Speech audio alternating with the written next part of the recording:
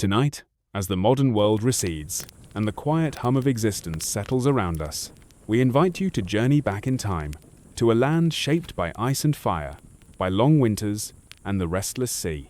Our destination is the Viking Age, a period often painted with broad strokes of raiding longships, fierce warriors, and the clash of steel.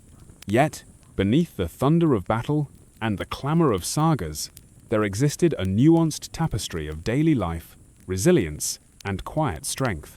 Our focus tonight is not on the kings or the conquerors, but on a figure whose presence, though often debated by historians, resonates deeply with the spirit of the North, the Viking shield maiden. Imagine, if you will, a woman not confined to the hearth, but one who stood shoulder to shoulder with her male counterparts, axe in hand, courage in heart, carving her own destiny in a world that demanded strength from all its inhabitants. This is not a tale of dramatic heroism, but a gentle exploration of a life lived on the edge of the known world, a life imbued with purpose, practicality, and an unwavering connection to the land and its rhythms. So, settle in, let your breath deepen, and allow the whispers of the North to guide you through the quiet strength and enduring spirit of a Viking shield maiden. We will explore her childhood, her training, her journey to the shield wall, and the profound impact she had on her community, all while maintaining a calm, measured pace, allowing the details to unfold gently, like the first snow on a still winter's night. Imagine yourself born into the heart of a Viking longhouse, not with a whimper, but perhaps with a determined cry that echoes the harsh beauty of the world outside. The air is thick with the scent of wood smoke, damp earth, and the lingering aroma of last night's stew. Your cradle is not soft and cushioned, but perhaps a repurposed wooden trough, shared with a scrap of wool and the occasional curious mouse. Lullabies are not whispered melodies, but the rhythmic creak of the longhouse timbers, the distant bleating of goats, and the low murmur of adult voices, occasionally punctuated by the clang of metal as someone sharpens a tool by the fire. This is your earliest symphony, a constant reminder of a life lived in close proximity, where every sound tells a story of survival and community. Your first lessons are not from books, for there are none, but from observation. You watch your mother, her hands strong and calloused, as she grinds grain, weaves cloth, or tends to the simmering pot over the central hearth. You see your father, his movements deliberate and efficient, as he cleans his axe, repairs a fishing net, or carves intricate patterns into wood. Your older siblings, already miniature versions of the adults they will become, engage in mock battles with sticks, chase chickens with surprising ferocity, or attempt to lift objects far too heavy for their small frames. You absorb it all, a silent sponge in a world of constant activity. Play is not a luxury, but a vital form of learning. Your toys are simple: a carved wooden horse with a missing leg, a ball made from a pig's bladder, or a smooth stone that fits perfectly in your small hand. These are not just objects of amusement, they are tools for developing coordination, strength, and imagination. You learn to throw, to balance, to mimic the movements of adults, preparing your body and mind for the serious business of survival. The mud outside the longhouse is your playground, shared with livestock, and the occasional puddle that reflects the vast, indifferent sky. There are no safety nets, no soft landings. Every scraped knee, every bumped head is a lesson in resilience, a quiet understanding that the world is beautiful, but also unyielding. By the age of 4 or 5, your responsibilities begin to intertwine with your play. You learn to fetch water from the icy stream, your small hands gripping the heavy bucket, your breath misting in the cold air. You learn to gather firewood, distinguishing between dry, crackling branches and damp, stubborn ones. You learn to sort berries, separating the sweet from the poisonous, a skill passed down through generations of quiet observation. These are not chores in the modern sense, but contributions to the collective well-being. Each task a thread woven into the fabric of communal life. You are not merely a child. You are a nascent member of the tribe, already contributing to its survival. Your education is practical, immediate, and often unspoken. You learn the names of the constellations that guide the longships, the subtle shifts in the wind that foretell a storm, the calls of the birds that signal the changing seasons. You learn to read the expressions on the faces of adults, discerning approval, concern, or the quiet weight of worry. You learn to lie with a straight face when caught stealing an extra berry, and to throw a rock with surprising accuracy when a mischievous cousin dares to challenge you.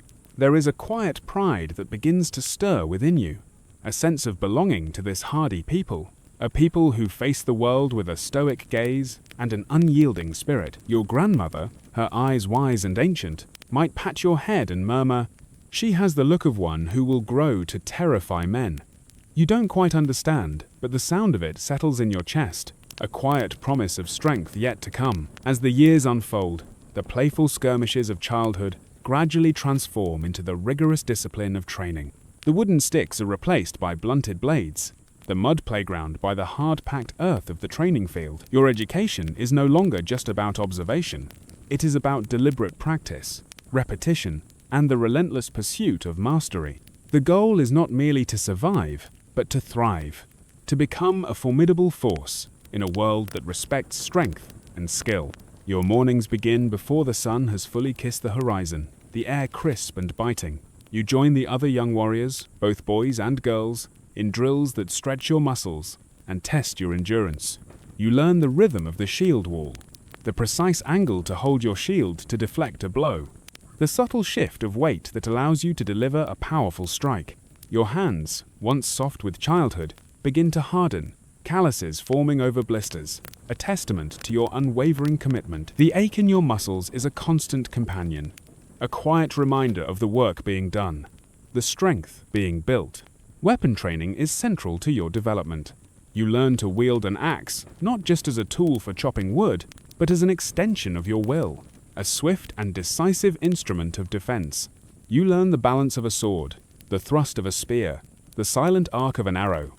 Each movement is practiced countless times until it becomes fluid, instinctive, a dance of precision and power. Your instructors, grizzled veterans with scars that tell their own silent stories, offer corrections with grunts and nods. Their approval a rare and precious commodity. They do not coddle. They challenge, pushing you beyond what you thought were your limits, forging your spirit in the crucible of discipline. Sparring is a daily ritual, a controlled chaos where lessons are learned through impact. You face opponents, older, stronger, and more experienced, their blows echoing through your bones. You learn to anticipate, to react, to find the openings, and to exploit them with swift, decisive action. There are no easy victories, only hard-won lessons. You fall, you rise, you bleed, and you learn. The sting of defeat is a powerful teacher, fueling your determination to improve, to never be caught off guard again.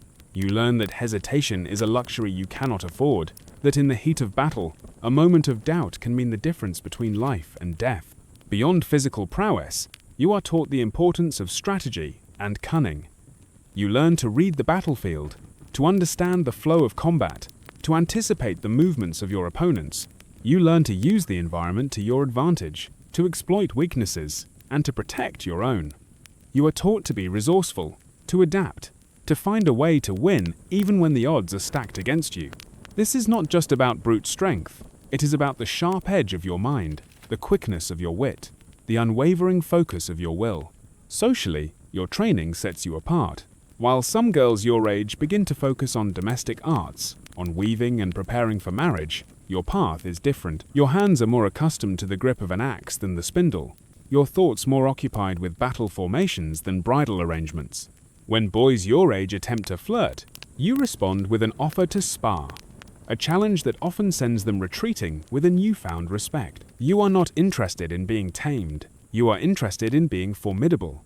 Your evenings are spent not in idle chatter, but in cleaning your weapons, sharpening your blades, and contemplating the quiet hum of power that now resides within you. You dream not of weddings, but of standing in the shield wall, shoulder to shoulder with warriors who recognize your strength, who do not question your place. You are not yet a shield maiden, but the path is clear, and with every swing of your axe, every parry of your shield, you are forging your own destiny, one strike at a time. The day finally arrives when the call of the sea becomes an undeniable roar. You have trained, you have bled, you have proven your worth on the training field. Now, it is time to test your mettle against the vast, indifferent ocean and the unknown lands beyond. You step onto the longship, a vessel that is both a marvel of engineering and a crucible of human endurance. The deck is slick with morning dew, the air sharp with the scent of salt and tar. You are packed elbow to elbow with other warriors, their faces grim and determined, their bodies radiating a quiet anticipation. There is no personal space, no room for individual comfort. You are a single unit, bound by the shared purpose of the voyage. Rowing is not a glorious act. It is a relentless, full-body punishment. Your hands, already calloused, blister anew, then harden further. Your muscles ache with a deep, pervasive soreness that settles into your bones. The rhythmic pull and release of the oar becomes a meditation, a silent conversation between your body and the sea. Hours blend into days, days into weeks. Meals are simple, sustenance rather than pleasure, dried fish, hard bread, and water that tastes faintly of the wooden casks it is stored in. Sleep is a fitful affair, curled against the cold, damp timbers, the rocking of the ship a constant, unsettling lullaby. Yet, despite the discomfort, a strange sense of camaraderie begins to form, a silent understanding forged in shared hardship. You are all in this together, bound by the vastness of the ocean and the uncertainty of your destination. As the coastline of a distant land finally appears on the horizon, a dark, unfamiliar line against the pale sky, a surge of adrenaline courses through your veins. Your heart pounds with a primal anticipation, a mixture of fear and exhilaration. This is it, the moment you have trained for, dreamed of, prepared for. The longship glides silently towards the shore, a predator seeking its prey. The village appears, peaceful and unsuspecting, smoke curling gently from its thatched roofs, the sounds of daily life drifting across the water. This tranquility is a stark contrast to the storm you are about to unleash. Disembarking is a chaotic rush, a controlled explosion of energy. The beach is soft, unyielding, threatening to twist an ankle before the battle even begins. Battle cries erupt around you, primal roars that tear through the morning air. Your own voice joins the chorus, perhaps a little hoarse, a little uncertain, but filled with the raw energy of the moment. You charge your axe, a familiar weight in your hand, your shield a solid extension of your arm. The first clash is a blur of steel and shouts, a maelstrom of bodies and blades. You block, you swing, you duck, you stab. It is not strategy, it is instinct, pure and unadulterated survival. Time loses all meaning. You move through the chaos, a silent, focused force. Your shield cracks, splintering under a heavy blow, but you discard it without a thought, grabbing a dropped spear, then a sword.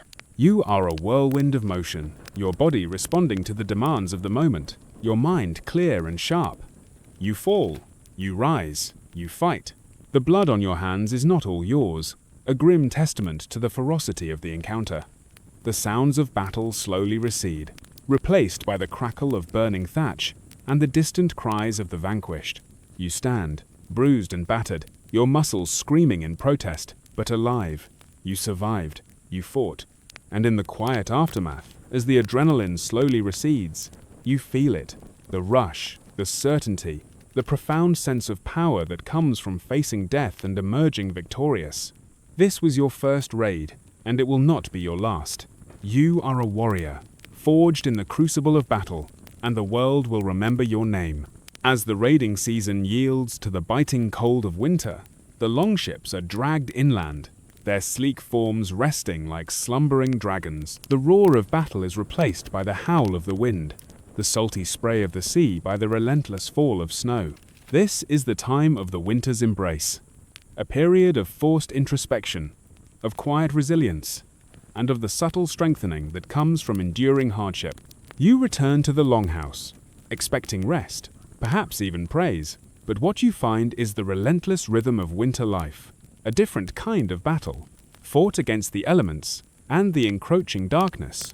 The chores double, the daylight dwindles, and your motivation, at times, seems to vanish with the sun. You chop firewood until your fingers are numb, your breath misting in the frigid air. You haul frozen buckets of water from the icy stream, its surface staring back at you like a mirror, reflecting the harsh reality of the season. The goats, who seem to possess a personal vendetta against you, now rely on you for warmth and hay, their incessant bleating, a constant reminder of your responsibilities. Food becomes a monotonous affair. Smoked fish, dried fish, and fish pickled in something that might also be cleaning vinegar. Variety is a distant memory, replaced by the bland comfort of turnip mash. You eat in silence, bundled in every layer you own, smelling faintly of wool, damp fur, and the lingering scent of regret. Your hair, perpetually damp, refuses to dry, and your toes feel like strangers, numb and distant. Your shield, once a vibrant extension of your will, now collects dust in the corner, a silent reminder of past glories. Yet, you polish it anyway, running your fingers over its scarred surface, remembering the clash of steel, the roar of battle, the quiet pride of victory. The longhouse, once a bustling hub of activity, becomes crowded, smoky, and filled with the low murmur of arguments about misplaced tools and the questionable aroma of the stew. You seek solace in the training field, even in the snow, the biting cold, a welcome distraction from the confines of communal living. Your fingers may freeze to the sword hilt, but the quiet solitude of practice is a balm to your restless spirit. And yet, something profound begins to change within you. You grow stronger, not just physically, but emotionally. The cold, once a torment, becomes a familiar companion. You learn to appreciate the quiet, the stillness, the subtle beauty of a world blanketed in white. You stop noticing the smell of pickled everything, your senses adapting to the pervasive sense of winter. You endure. You learn that true strength is not just about swinging an axe. It is about the quiet, unwavering determination to face each day, to find purpose in the mundane, to simply exist when everything conspires against you. One morning, a subtle shift in the air, a faint scent of thawing earth, signals the turning of the season. You hear the first birdsong in months, a shrill, hopeful melody that sounds like a promise of spring. You walk to the fjord, the ice cracking, groaning, slowly giving way to the restless waters beneath. Raiding season will return, and when it does, you will be ready. Angry, underfed, and itching for action, you have survived the winter. Not just physically, but spiritually. The cold tried to break you, but it did not win. You are a testament to resilience, a quiet force forged in the heart of winter, ready to face whatever the thawing world throws your way. The scars on your body are a map of your journey, each one a silent story of endurance, a testament to the unyielding spirit of a shield maiden who has faced the darkness and emerged, not unscathed, but unbroken. As spring breathes new life into the land, bringing with it the promise of new beginnings, it also brings a different kind of challenge. Marriage proposals. They begin innocently enough, a local farmer's son, perhaps, arriving with a bundle of dried fish and a hopeful, if somewhat nervous, grin. He speaks of a strong wife, a capable partner for his farm, a mother for his future children. You listen politely, your mind already calculating the strength of his grip, the speed of his footwork. You respond by asking how well he can swing an axe. He stammers, admits he doesn't. The quiet, unwavering determination to face each day, to find purpose in the mundane, to simply exist when everything conspires against you. One morning, a subtle shift in the air, a faint scent of thawing earth, signals the turning of the season. You hear the first birdsong in months, a shrill, hopeful melody that sounds like a promise of spring. You walk to the fjord, the ice cracking, groaning, slowly giving way to the restless waters beneath. Raiding season will return, and when it does, you will be ready. Angry, underfed, and itching for action, you have survived the winter, not just physically, but spiritually. The cold tried to break you, but it did not win. You are a testament to resilience, a quiet force forged in the heart of winter, ready to face whatever the thawing world throws your way. The scars on your body are a map of your journey, each one a silent story of endurance, a testament to the unyielding spirit of a shield maiden who has faced the darkness and emerged, not unscathed, but unbroken. As spring breathes new life into the land, bringing with it the promise of new beginnings, it also brings a different kind of challenge. Marriage proposals. They begin innocently enough, a local farmer's son, perhaps, arriving with a bundle of dried fish and a hopeful, if somewhat nervous, grin. He speaks of a strong wife, a capable partner for his farm, a mother for his future children. You listen politely, your mind already calculating the strength of his grip, the speed of his footwork. You respond by asking how well he can swing an axe. He stammers, admits he doesn't do weapons. You, in turn, state calmly that you don't do men who can't hold a blade. He leaves quickly, his hopeful grin replaced by a bewildered frown. The next suitor tries a different approach. He brings a gift, a comb carved from antler, smooth and polished. You accept it with a polite nod, then, with a subtle movement, use it to scratch your hound behind the ears. He never returns. Soon, it becomes a trend. Young men, some bold, some timid, arrive with tokens and nervous energy, hoping to tame the village's most eligible shield maiden. The problem, of course, is that you have no desire for taming. You desire the open sea, the clash of steel, the camaraderie of the shield wall, and perhaps the occasional feast where no one talks about goats. Your aunt, a woman whose life has been defined by the rhythms of hearth and home, occasionally suggests that you should consider settling down. You meet her gaze with a quiet smile and tell her you'll settle down when your axe rusts. She mutters something about dying alone. You counter with dying gloriously, which, frankly, sounds far more appealing. One particularly bold suitor, perhaps emboldened by too much ale, challenges you to a duel. He claims it's tradition. You agree. He leaves the training field with a bruise shaped suspiciously like your shield, and a valuable lesson about underestimating women who find joy in training in the snow. Eventually, the offers cease. Word spreads. You are not interested. Not in being someone's wife, not in cooking stew every night, and definitely not in arguing about who gets the good fur blanket. You want more, and less, all at once. More battle, less small talk. More glory, less goats. To be clear, you are not against love. You have simply never encountered anyone who makes your heart beat faster than a war drum, and until you do, you are perfectly content sharpening your axe in peace. Some of the village girls whisper that you are too proud. Some of the village boys whisper that they are terrified. Both, you know, are correct. Your evenings are spent on the training field, not weaving. You polish your blade, not planning a wedding. You sleep with your axe beside you.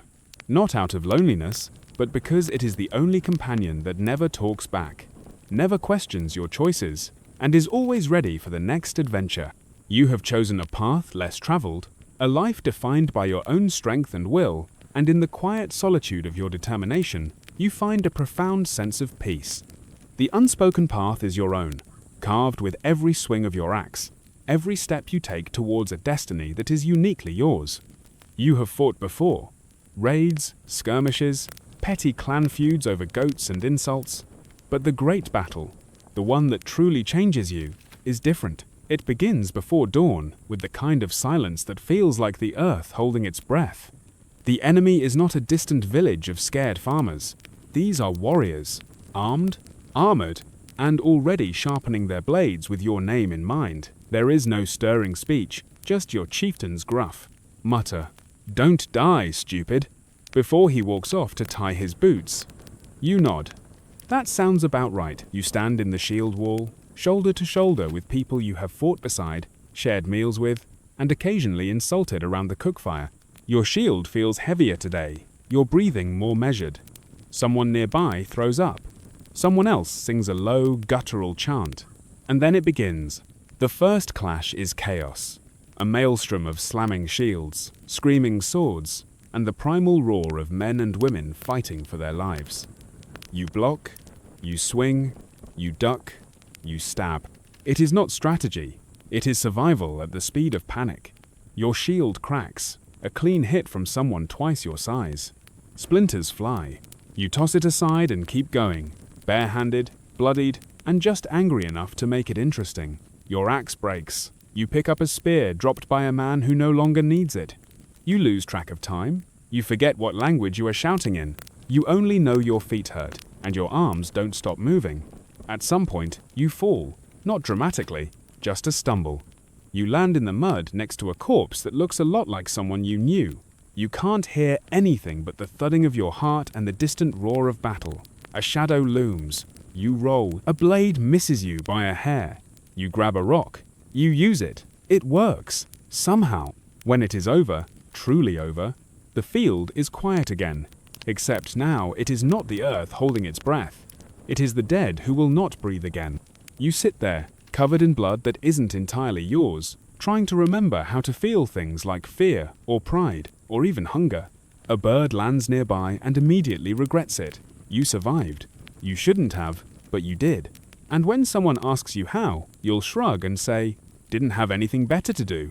Which is true, but also not the whole story. After the battle, things change. You are still you. Same boots, same axe, same mysterious stew stain on your cloak that refuses to leave. But people look at you differently now. Not just like a fighter, but like a story. Someone starts calling you the one who wouldn't die. Another calls you Goat Hammer, which is less flattering but gains traction because of one unfortunate incident involving a fleeing enemy and a nearby goat. You don't bother correcting them. Let them talk. The truth is messier and less interesting.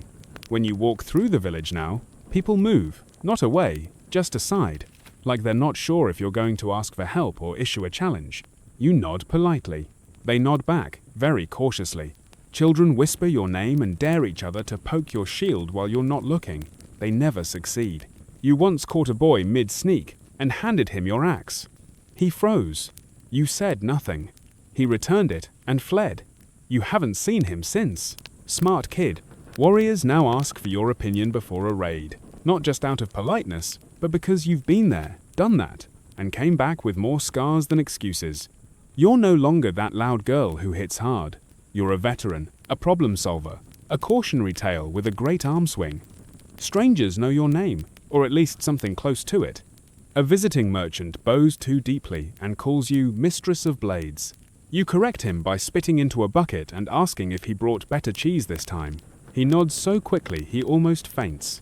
At night, around the fire, you hear your own story told back to you. Slightly wrong, heavily dramatized, and with new details involving thunder, a glowing raven, and a berserker kiss. You say nothing. It's funnier that way. You didn't ask for fame. You certainly didn't smile for it, but now that it's here, you carry it like your shield. Well worn, slightly dented, and always ready. You used to wonder if people would take you seriously. Now you wonder if they'll stop shaking long enough to actually speak. You are not the youngest anymore. There's a new crop of wide-eyed girls tying their braids too tight, gripping their axes too loose, and talking too loud about what they'll do in battle. You see yourself in them, but with less bruising and more optimism. They watch you closely, not like a hero, more like a storm that could start swinging at any moment. You've earned that. Your joints ache in the mornings. Your sword wrist pops when it's cold. You have a scar across your ribs that itches whenever it's about to snow. You don't heal as fast as you used to. And when you do, the pain lingers like an old drinking buddy who doesn't know when to leave. But you're not softer. You're just harder in the right places. You train less to prove something and more to stay sharp. You eat slower, sleep lighter, speak only when there's something worth saying, which means half the Longhouse still hasn't heard your voice. When younger shield maidens ask how to win their first fight, you say, "Don't die." When they ask how to make someone respect them, you say, "Break their nose, then help them up." And when they ask when it stops being terrifying, you tell the truth. It doesn't. You just get better at pretending. You still raid, though not as often. Now, when you do, people check to see if you're coming. If you are, they breathe easier. If you're not, they check their armor twice. Your axe is worn, the handle wrapped in new leather, the blade notched but still sharp. It's seen more than most warriors. It's outlived all your suitors. You've thought about hanging it up, but then someone says something stupid, or a threat appears on the horizon, and you remember, you're not done. You never wanted to be legendary. You just wanted to fight, to survive, to carve your place in a world that didn't think you should have one. And somehow, through blood, fire, and sheer refusal to quit, you did. You're not just a shield maiden, you're a warning.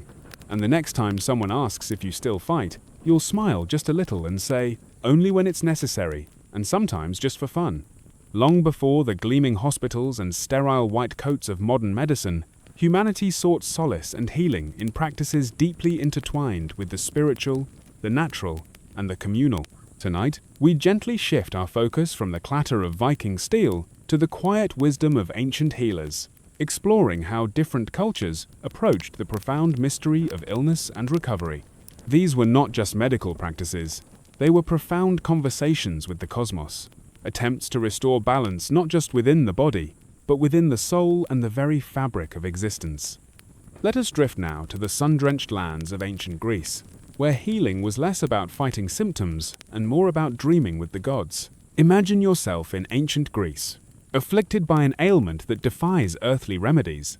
Your path to healing doesn't lead to a physician's office, but to a sacred sanctuary, a temple dedicated to Asclepius, the god of healing. The most renowned of these was at Epidaurus, a place where marble colonnades met the scent of laurel and sacrifice. Upon arrival, you would undergo a series of purification rituals, cleansing baths in sacred waters, offerings to the god, perhaps a rooster, a humble but significant sacrifice, and a period of fasting. All of this was designed to prepare your body and mind for the central act of healing, incubation. Incubation meant sleeping within the abaton, a dark, quiet chamber within the temple. Here, patients would lie on mats, sometimes with non-venomous snakes slithering freely among them. These serpents, sacred to Asclepius, symbolized renewal and rebirth. The belief was simple yet mystical. Fall asleep in the presence of the god, and he would visit you in a dream. These divine dreams were not mere subconscious ramblings, they were considered direct prescriptions. You might dream of Asclepius himself touching your wounded limb, or perhaps handing you a specific healing herb. In the morning, you would report your vision to a temple priest, who, acting as a spiritual pharmacist, would interpret the dream and advise you on the course of action. This process was far from passive. The journey, the purification, the prayer, all primed the mind and body for healing. While modern skeptics might label it psychosomatic therapy or a theatrical placebo, the testimonies inscribed in stone at these temples speak of countless cures, of restored sight, healed limbs, and divine interventions. It was a blurring of medicine and religion, dream and diagnosis, where healing was a conversation with the cosmos.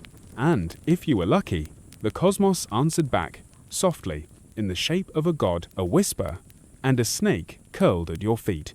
Now, let us journey eastward, to the fertile crescent of ancient Mesopotamia, the land between the Tigris and Euphrates. Here, healing took on a different urgency, a more confrontational approach.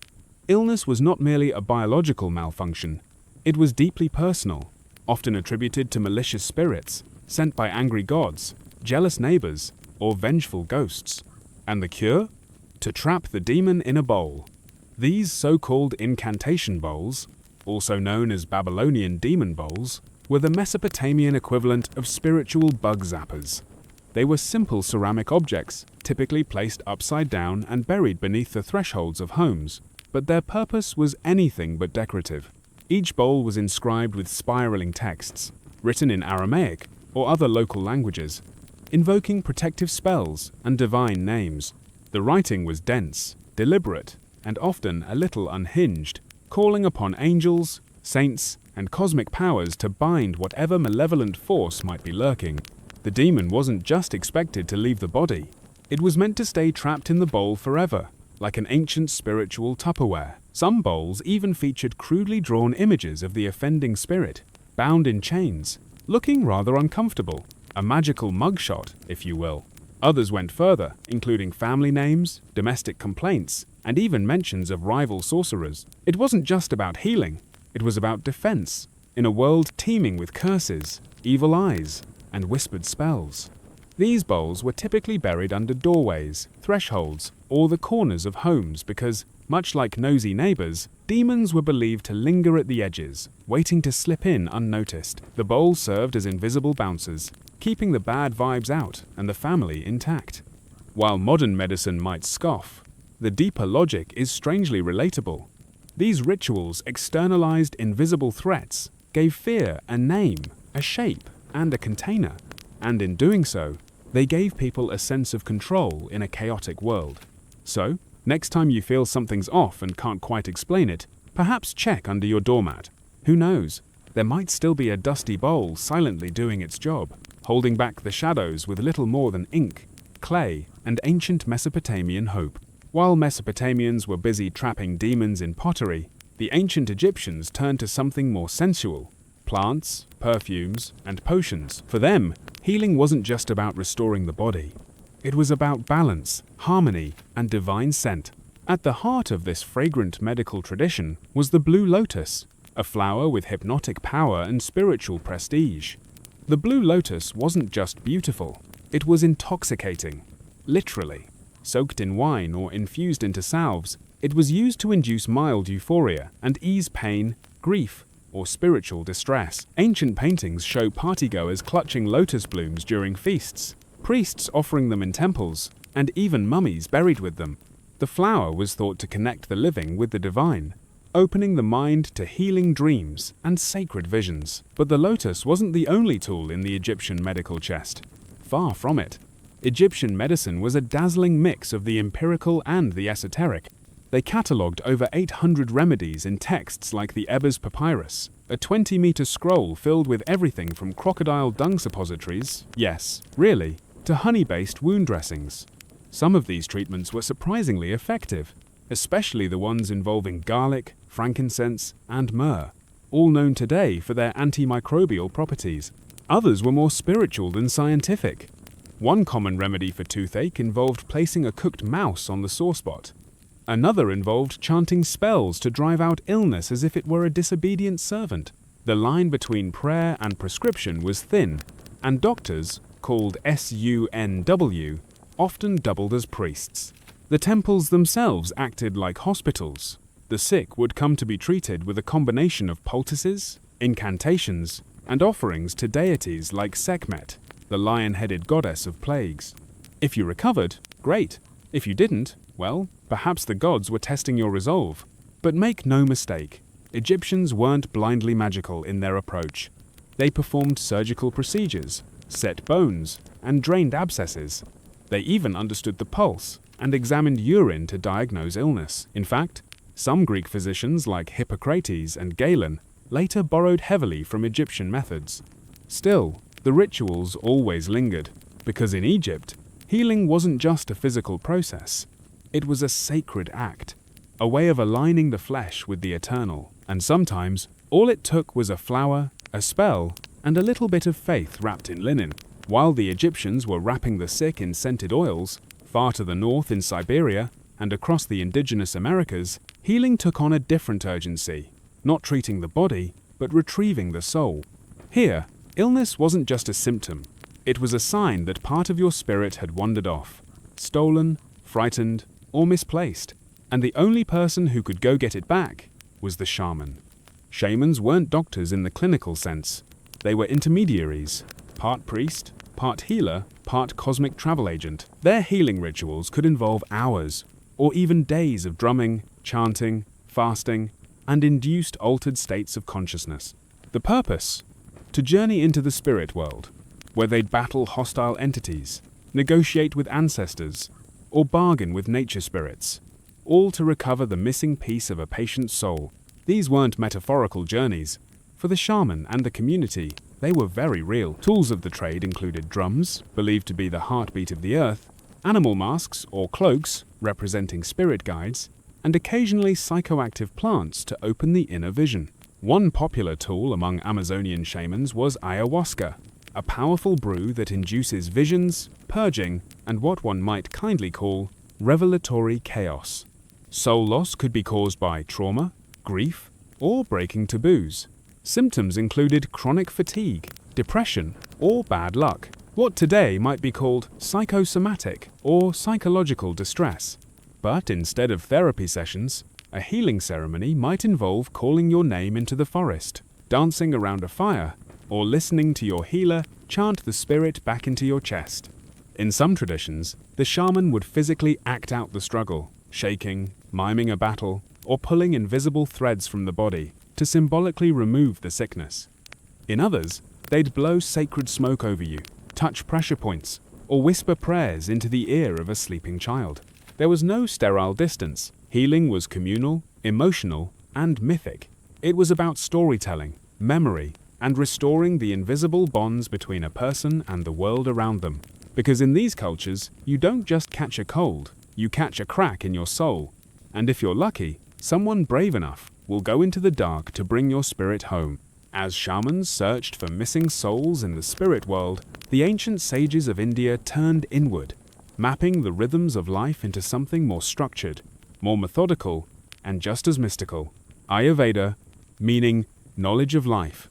This healing system was less about fighting disease and more about maintaining harmony between body, mind, and universe. If your digestion was off, it wasn't just lunch, it was a cosmic imbalance. According to Ayurvedic theory, every person is made up of 3 doshas: Vata, air and space; Pitta, fire and water; and Kapha, earth and water. Your unique combination determined not just your health, but your temperament, personality, and even your favorite breakfast. A healer's job wasn't to eliminate symptoms, it was to bring your doshas back into balance using herbs, diet, massage, meditation, and if needed, a thorough oil bath. Yes, oil. Ayurvedic treatment loves oil. Warmed sesame or medicated ghee is drizzled onto the forehead in a practice called Shirodhara, meant to calm the nervous system and open the third eye. Other therapies involve full-body oil massages, detoxifying enemas, herbal smoking, and even induced vomiting. Vamana, which sounds brutal but was considered deeply purifying. But this wasn't just a set of folk cures. Ayurvedic texts like the Karaka Samhita, dating back to at least the first millennium, BCE, outlined detailed anatomical theories, surgical techniques, and philosophical foundations. Ancient Ayurvedic practitioners were trained observers, diagnosing disease by examining the pulse, tongue, eyes, and even the patient's voice. Still, the spiritual aspect was never far behind. Health was considered a moral state as much as a physical one. Greed, anger, or excess desire could disrupt the doshas just as easily as spoiled yogurt.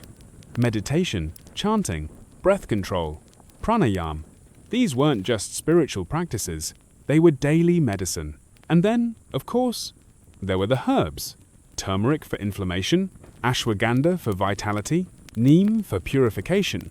Each plant wasn't just a remedy, it had personality, energy, and a story, often linked to gods, saints, or cosmic events. In short, Ayurveda didn't see illness as a random misfortune. It saw it as a message, a whisper from within that something had drifted off balance. The cure wasn't war on disease, it was realignment, harmony, a nudge back to the sacred rhythm of life, preferably with warm oil, lots of it. While India focused on balancing the doshas, ancient China developed its own intricate system built on a similar concept of harmony.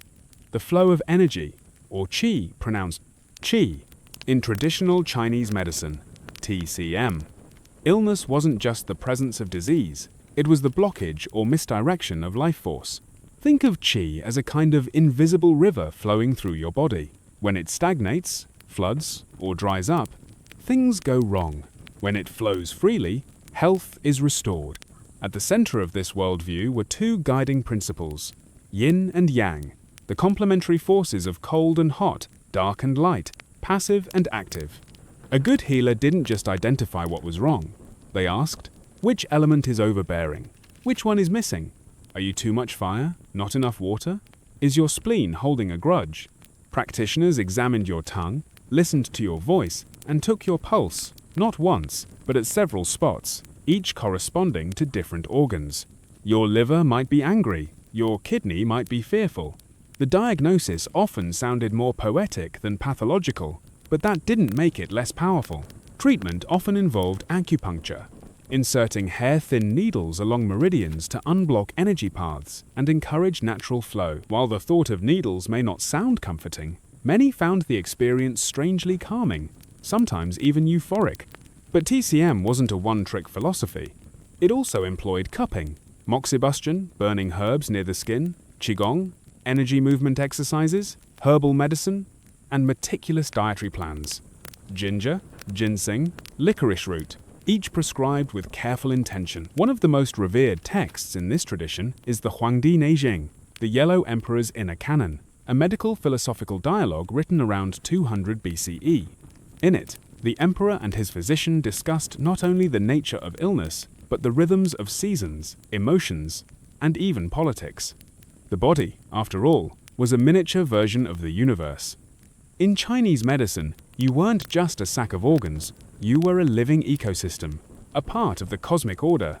A stomachache wasn't just from bad dumplings, it could be unresolved grief. Healing was never purely physical, it was ethical, emotional, elemental. And when the elements fell out of tune, the goal wasn't to fight, but to restore harmony, like tuning an instrument or uncorking a stream with needles and maybe a touch of burning mugwort. Across the vast and varied landscapes of Africa, healing has long been a community event, a blend of medicine, ritual, and ancestral power. Unlike Western models that isolate the patient in a clinic, traditional African healing involves the family, the ancestors, the village, and the spirits. In many cultures, illness is not just a personal ailment, it's a social rupture, a cosmic imbalance that must be addressed holistically, preferably with drums, smoke, and a very concerned chicken. Take the Sangomas of Southern Africa, spiritual healers and diviners who serve as the bridge between the living and the dead. A Sangoma doesn't just diagnose symptoms, they read bones. Literally, a handful of bones, shells, and trinkets is cast on a mat, and their position reveals the story. It's a form of spiritual radiology. The ancestors speak through the scatter. Once the diagnosis is made, whether it's a curse, ancestral displeasure, or emotional trauma, the healing begins.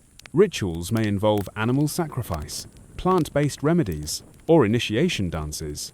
Music plays a crucial role. Drumming, singing, and movement aren't entertainment.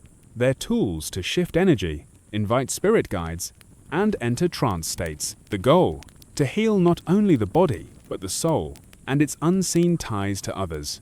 Plants, too, are central. Traditional healers, known as herbalists or inyanga, maintain deep knowledge of local flora. Roots, barks, leaves that treat infections, fever, infertility, or pain. Some herbs are boiled into teas, others are burned, rubbed into skin, or consumed in complex brews during rituals. This isn't casual foraging. It's a sophisticated pharmacy passed down through generations, often protected through secrecy and spiritual initiation. Illness might also come from violating taboos or social norms, failing to honor elders, speaking ill of a spirit, or stepping over the wrong grave. So healing isn't just medical, it's moral. You may need to confess, apologize, or undergo purification. And yes, this might involve chicken blood, sacred ash, or a very awkward family meeting. The deeper idea is clear. You're not a disconnected individual. You're part of a living network. Ancestral, spiritual, ecological. When something goes wrong in you, it echoes through the web. And the healer's job is to listen, interpret, and stitch the web back together with herbs, chants, and the wisdom of the ancestors watching from the firelight. In many Native American traditions, healing is not about fixing a part of the body. It's about purifying the whole person. Illness, whether physical or emotional, is seen as the result of imbalance between the self, the community, the spirit world, and nature. And so, one of the most profound healing rituals across many indigenous nations is the sweat lodge, a ceremony of heat, prayer, and spiritual rebirth. The lodge itself is humble, a dome-shaped structure made of willow branches, draped in blankets or hides. Inside, it is dark and intensely hot. Heated stones, known as grandfathers, are placed in a central pit, and water infused with sacred herbs is poured over them to create steam. The air becomes thick with heat and memory, and participants sit in a circle, often naked or minimally clothed, guided by a spiritual leader or roadman. This is no sauna, it is a womb. The lodge represents the earth's belly, a place of renewal where one can let go of toxins, pain, and emotional burdens. Songs are sung, prayers are spoken, sometimes in traditional languages, nearly lost to time. The process usually happens in rounds, each more intense than the last, and each accompanied by a different theme: gratitude, forgiveness, letting go, or calling upon ancestors. The purpose isn't just to sweat out sickness, it's to listen to yourself, to others, and to the spirits. In the darkness, stripped of distractions, people often report visions, emotional breakthroughs, or deep, unexpected peace. It's not always pleasant. The heat can be overwhelming and the discomfort intense, but that's part of the medicine. Other healing rituals include smudging, burning sacred herbs like sage, sweetgrass, or cedar to cleanse a person or space, and healing songs, which are passed down orally and considered living medicine. Some nations employ sand painting, where colorful patterns made of crushed stone are used in healing ceremonies to realign spiritual forces. But at the heart of it all is connection to the land, to the ancestors, to the elements. Healing isn't done in isolation. It's done in relation. Through ritual, the individual is brought back into harmony with the world. And whether it's through fire, steam, or song, the goal is always the same: to return to balance, to remember who you are, and to walk again with strength upon the sacred earth. After traveling from Greek dream temples to sweat lodges under the stars, one thing becomes clear. Ancient healing was never just about the body. It was a full spectrum experience: physical, emotional, spiritual, and social. While the tools varied, lotus salves, demon bowls, needles, drums, the intention was remarkably consistent: restore balance. In every corner of the ancient world, health was defined not as the absence of disease, but as the presence of harmony. Harmony between body and soul, between humans and nature, between this world and the unseen one. Whether through the cosmic pulse of qi, the rhythm of drumming feet in the dust, or the soothing trance of temple incubation, healing rituals worked because they gave meaning to suffering and agency to the sick. They also recognized something modern medicine often forgets. Humans are meaning-making creatures. We want to understand why we're in pain. We want to believe that there's something we can do about it. Ancient healing gave people both an explanation, be it spirits, imbalance, or ancestral wrath, and a path forward, often as communal as it was curative. These rituals were powerful, even when they were medically ineffective.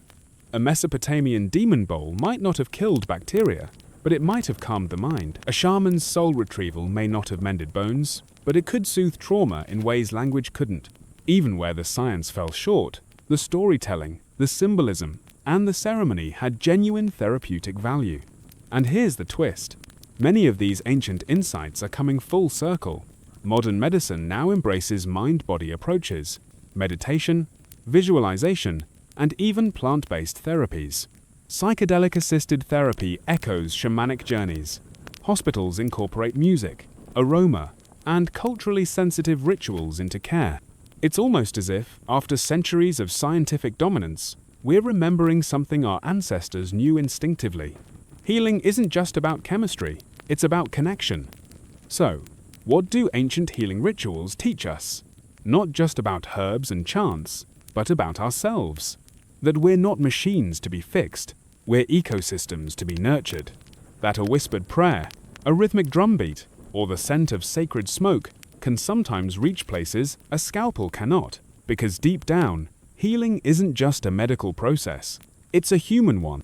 And the ancients, in all their mysticism and messiness, understood that better than most. Long before the gleaming crowns, the intricate amulets, or the rings set with precious gemstones, there were shells, tiny perforated mollusk shells, strung together and worn not for beauty alone, but for meaning. Some of the oldest known jewelry in human history comes from places like Blombo's Cave in South Africa, where archaeologists uncovered shell beads over 75,000 years old.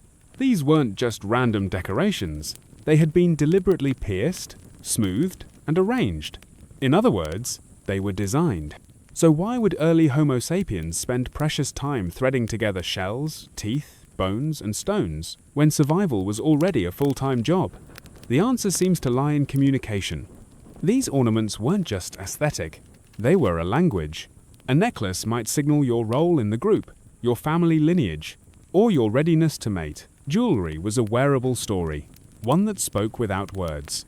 And while today we think of jewelry as luxury, the earliest forms were sourced directly from nature's scraps: bird talons, animal teeth, pieces of amber, and carved bone.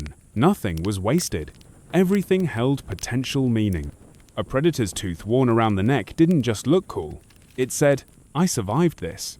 It was protection, bravado, and spirituality wrapped into one primitive pendant. Interestingly, these early beads often came from the sea, suggesting that even inland communities valued coastal materials.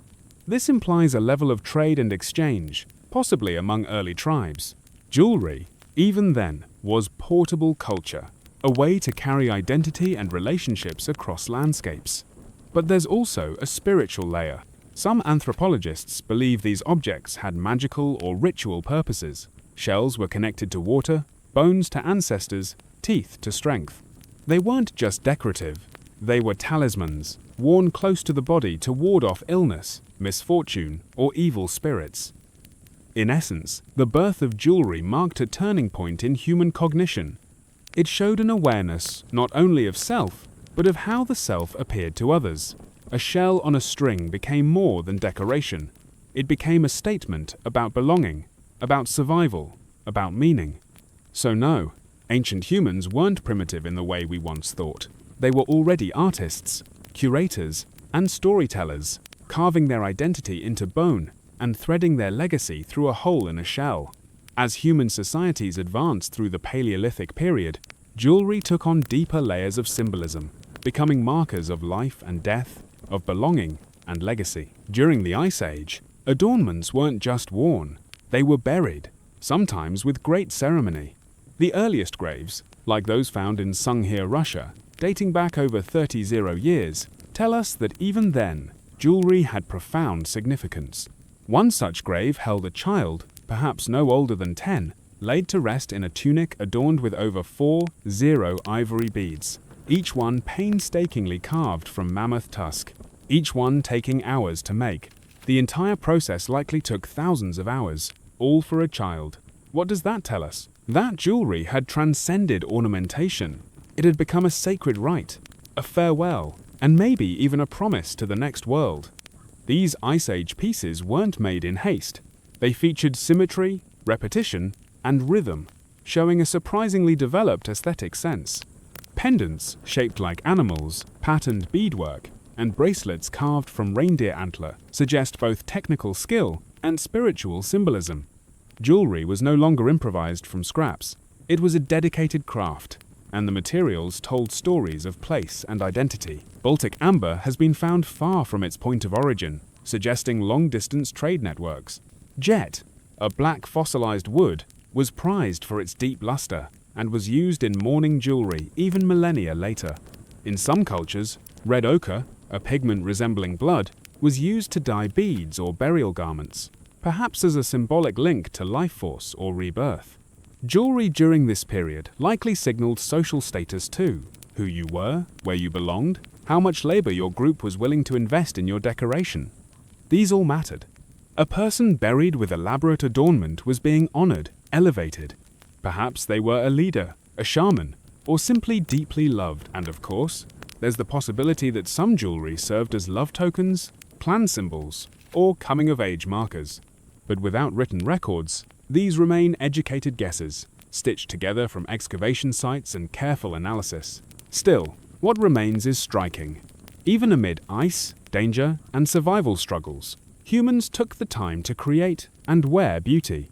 Jewelry, even then, was a quiet rebellion against the cold indifference of nature, a declaration that life and identity mattered. As humanity moved into the Neolithic and Bronze Age, jewelry evolved from tribal expression into tools of power and protection. Amulets, pendants, and charms were no longer just aesthetic. They were infused with intention, magic, and the divine. These small objects bridged the gap between the human and the supernatural, offering protection from curses, disease, and bad luck, or so people believed. In ancient Egypt, the use of jewelry as amulet reached new levels of complexity. Scarabs, ankhs, and the Eye of Horus weren't just pretty shapes, they were spiritual armor. The scarab, representing rebirth and transformation, was often buried with the dead to ensure safe passage into the afterlife. Children wore fish-shaped amulets to ward off drowning. Pharaohs were buried with gold jewelry shaped like cobras and falcons, invoking gods to guard them even in death. Materials mattered. Gold wasn't just precious, it was considered imperishable, associated with the flesh of the gods. Lapis lazuli, with its deep celestial blue, was thought to grant vision into the divine. turquoise, carnelian, and faience each had symbolic value.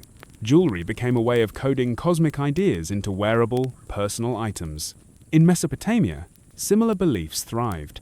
Cylinder seals, carved with protective deities, were worn on the body or around the neck. Beads carved with sacred symbols were believed to repel disease and demonic influence.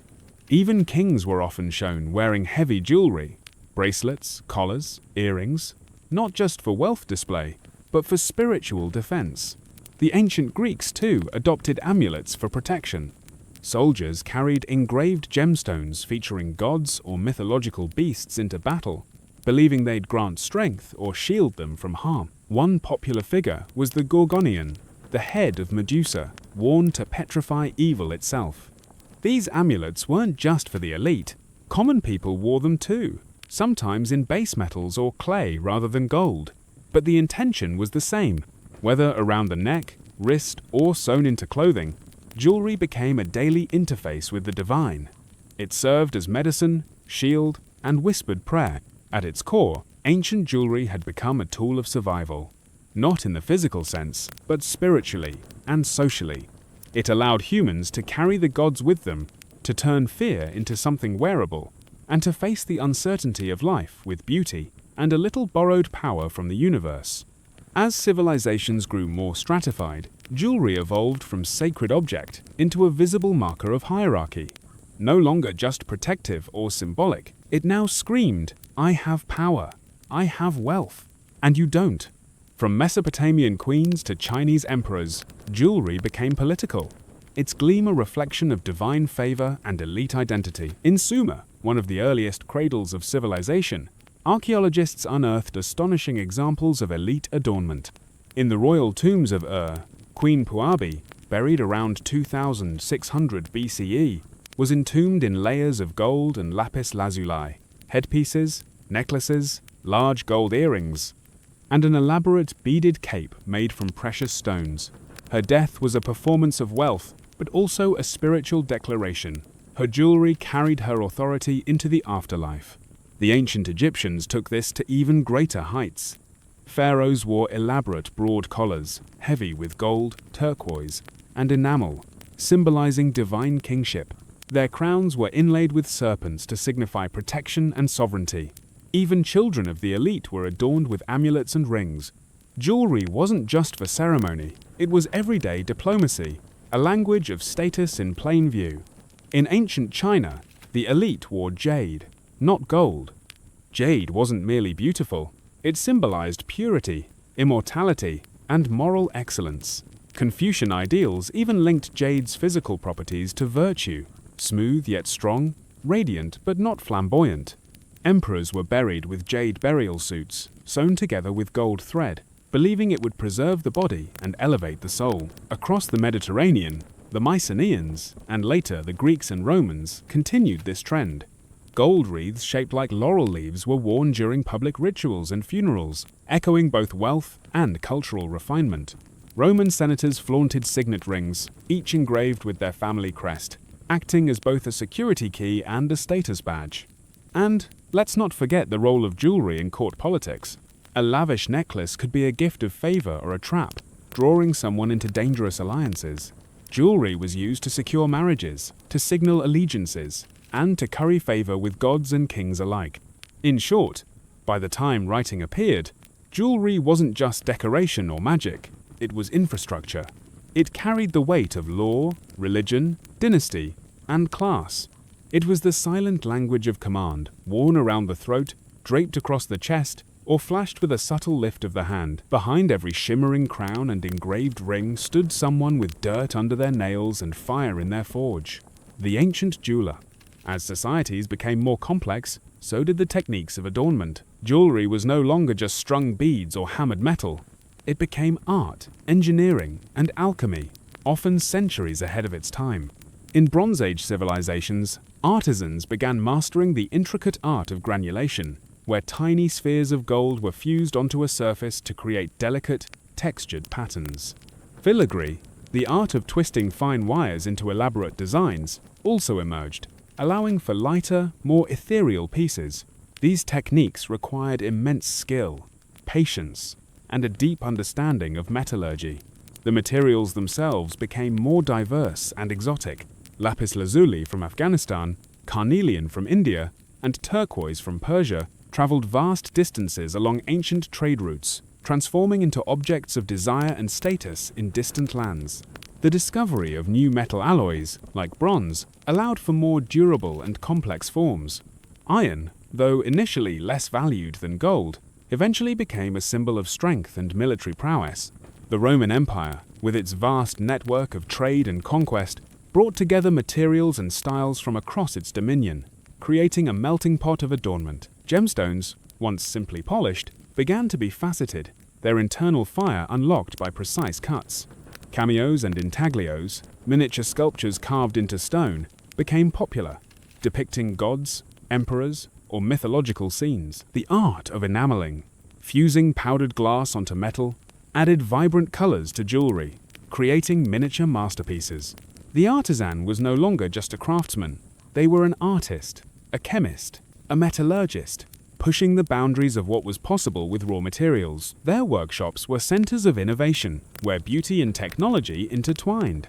The legacy of these ancient artisans is not just in the surviving pieces of jewelry, but in the enduring human drive to transform the ordinary into the extraordinary, to imbue raw materials with meaning and beauty, and to create objects that transcend their mere physical form to become symbols of human ingenuity and artistic expression. From the earliest shell beads to the dazzling diamonds of today, jewelry has remained a constant companion to humanity, evolving with our societies, yet retaining its fundamental allure. In the modern world, while its spiritual and protective functions have largely receded, its role as a marker of status, a symbol of love, and a form of personal expression remains as potent as ever. The materials may have changed, the techniques may have become more sophisticated, but the underlying human desire to adorn, to communicate, and to celebrate through wearable art endures. Today, the world of jewelry is a vast and diverse landscape. Diamonds, once rare and reserved for royalty, are now a global commodity. Their brilliance, a universal symbol of eternal love and commitment. Gold, still revered for its timeless beauty, is joined by platinum, silver, and a myriad of other precious and semi-precious metals. Gemstones, from the fiery ruby to the serene sapphire, are cut and polished with precision, their colors reflecting the spectrum of human emotion. Technology has revolutionized jewelry making, with computer-aided design and 3D printing allowing for intricate, previously impossible designs. Yet, the hand of the artisan remains crucial, their skill and artistry transforming raw materials into wearable masterpieces. Beyond its material value, jewelry continues to carry profound emotional weight. An engagement ring, a wedding band, a locket containing a loved one's photograph, these are not just objects. They are vessels of memory, symbols of connection, tangible reminders of life's most significant moments. They are passed down through generations, carrying with them stories, legacies, and the quiet echoes of lives lived. A simple pendant can hold more meaning than 1,000 words. A silent testament to enduring affection, or a cherished memory. Jewelry also remains a powerful form of self-expression, from minimalist designs that whisper elegance to bold statement pieces that shout individuality. It allows us to communicate who we are, what we value, and how we see ourselves in the world. It is a form of wearable art, a personal canvas upon which we paint our identity. The choice of a particular stone, a specific metal, or a unique design can reveal volumes about our personality, our beliefs, and our aspirations. And in a world increasingly dominated by the digital, jewelry offers a tangible connection to the real, to the enduring. It is something we can touch, feel, and hold. A physical anchor in a sea of fleeting information. It is a reminder of craftsmanship, of beauty, of the human touch. The enduring allure of jewelry lies in its ability to transcend time, to connect us to our ancestors, to celebrate our present, and to carry our stories into the future. It is a silent language, spoken across millennia, a testament to the enduring human desire for beauty, meaning, and connection. As we conclude our journey through the history of adornment, let the quiet gleam of a cherished piece of jewelry remind you of the rich tapestry of human creativity, ingenuity, and the timeless pursuit of beauty. May its gentle presence bring you a sense of peace and connection as you drift into a restful sleep. Good night.